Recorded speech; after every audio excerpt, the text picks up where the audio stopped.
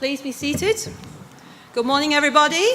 It's wonderful to be here. I have been away. Normally I work for the Diocese of Taiwan, and I'm usually living, I'm pointing that way, but maybe it's supposed to be St. John's University out in Danshui, but I've given 36 sermons. Actually, I've given the same sermon 36 times in different churches, and I've told everybody in the whole country all about Taiwan and the Taiwan Episcopal Church, and it's been absolutely wonderful. Everybody in England, it seems like everybody sends their greetings, so it's been very nice to come back. I've been back about 3 weeks, and this is my first time to come here to the cathedral, so thank you for your welcome, especially to the clergy.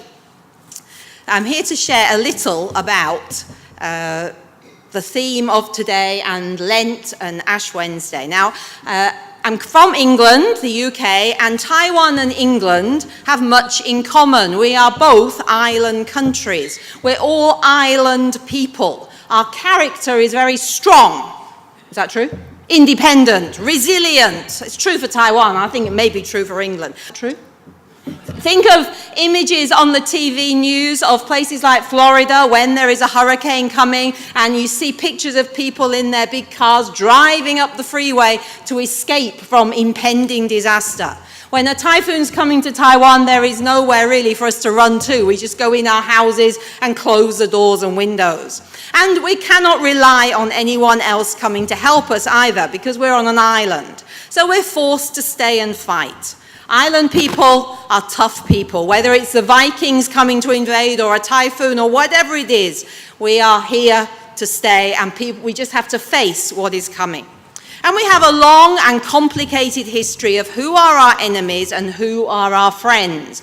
In England, if you look back through the history of England, the kings of England, they kind of alternated who they married. The one king would marry the daughter of the Queen of Portugal. The next one, the daughter of the King of Spain or France, or the current one, it's all Germany. All because we want an alliance with another country to make us stronger so that we can fight our enemies more fiercely. So, we all have a long and complicated history, and I will not explain to you the long and complicated history of Taiwan because you already know it. But I will remind you that in 1958, on August the 23rd, that's 823, started what is known as the 823 artillery shell bombardment. And as you know, over a period of about 6 weeks, an estimated 450,000 artillery shells were fired, not at Taiwan itself, but at the island of Jinmen, one of Taiwan's outlying islands. Now, island people are not just tough and resilient, but they're also very resourceful. And the people of Jinmen over the years have collected up all those artillery shells, and they use them to make meat cleavers, knives for cooking. As you know, every chef in Taiwan or every family in Taiwan has got a knife from Jinmen. When our Bishop David Lai, when he went to Jinmen, he had a vision to take some of those artillery shells and transform them, not into knives, but into crosses. His vision was to transform an object of hatred and death into a symbol of love and peace. Now, some of you may already have some of these crosses. We call these artillery shell crosses. This was a kind of project of the diocese, and Bishop Lai has the word is not made, but transform artillery shells into crosses. There's a P in the middle, which stands for peace, which conveniently, as I told all the people in England, in Chinese, the word for peace is... Okay, thank you. I'm using Ping'an because it sounds like it begins with a P. So there you go. Isn't that very convenient that it happens to sound like it begins with a P? You know, this is really a transformation. This was once an artillery shell. Now it's a cross. We Christians are very much in the business of transformation, transforming hearts and lives and communities through the love of Christ. That's what mission is all about, transforming lives through Christ.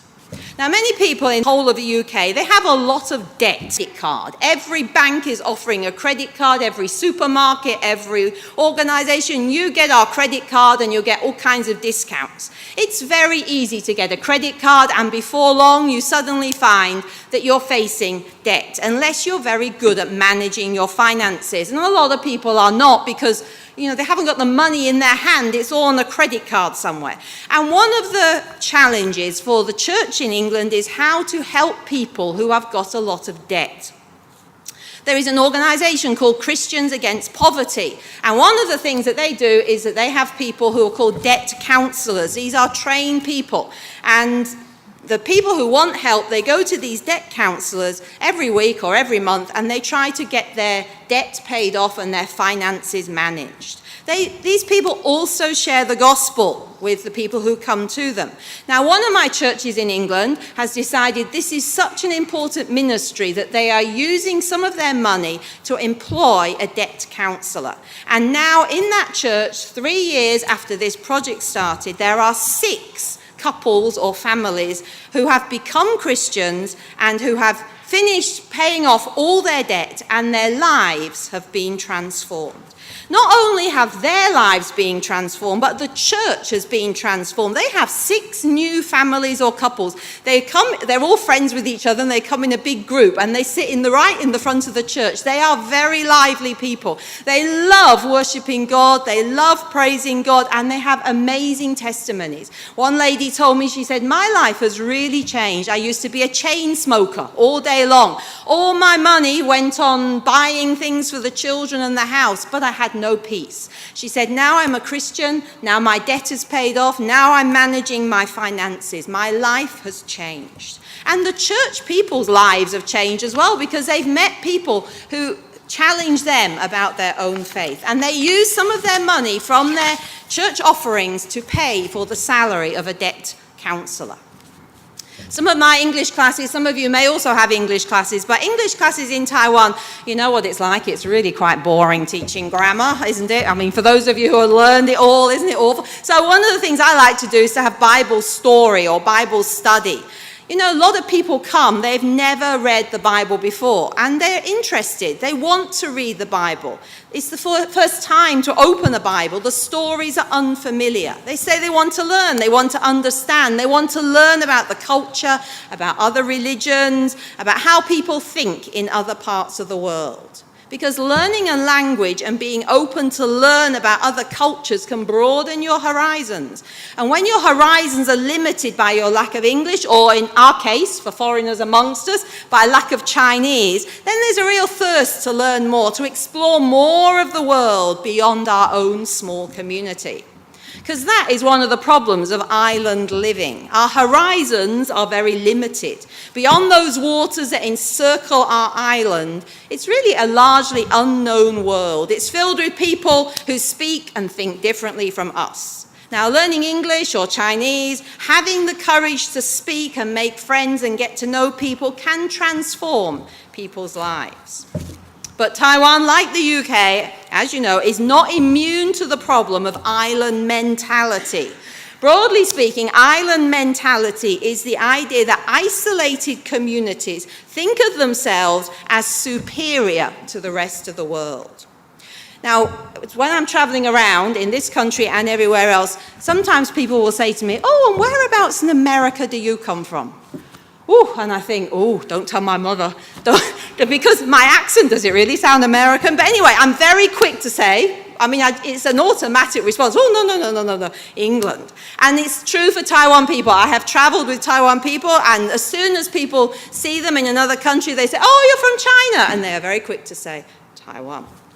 Now, that is not an example of an island mentality, but it can lead in that direction. When we think of ourselves as superior to others, it can lead to discrimination or prejudice or intolerance. That's true for Taiwan, it's true for the UK. As Christians, we're called to work to transform our communities, to stop focusing on ourselves and our own goodness, to become outward-looking and tolerant and welcoming and loving.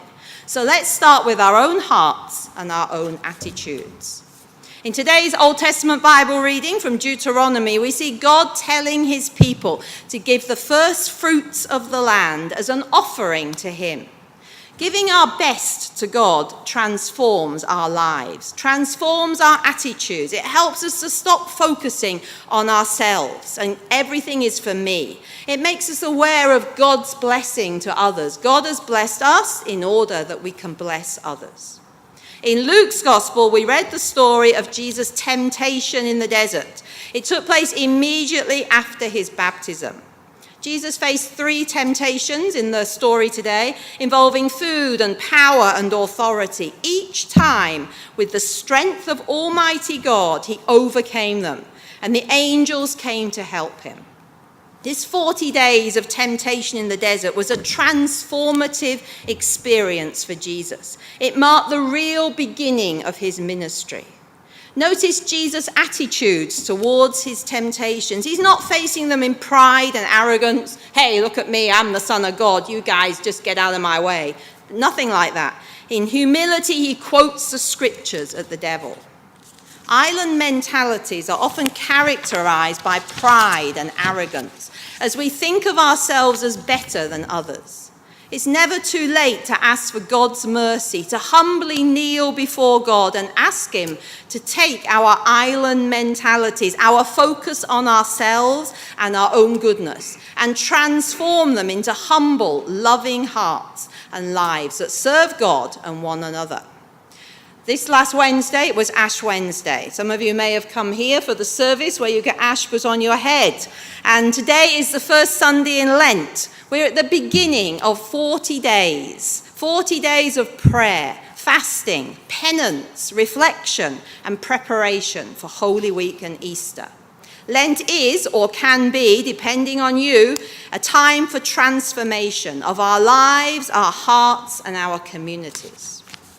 So whether you wear one of these artillery shell crosses or not, we are all called to be peacemakers. Now, I had the chance to present one of these bigger ones. You've probably seen it. If not, I've got a smaller version. The one I had the chance to present one of these to the Archbishop of Canterbury on behalf of Bishop Lai. This is the small version. He had a bigger one. And on the bottom, in English and Chinese, it says, "Blessed are the peacemakers, for they shall be called children of God." We are all called to be peacemakers. It was really very moving because the Archbishop of Canterbury, when I was here, we sent him an email and asked if we could arrange to present this cross. And he had said, yes, come to a lunchtime Eucharist at Lambeth Palace, and at the end of the service, you have a chance to present this cross to the Archbishop of Canterbury. But I didn't realize when I got there, actually, the whole service was focused around this artillery shell cross. And he didn't wait till the end. In the prayers, actually in the sermon, he first mentioned that this was going to happen, and he told everyone about the history of this cross.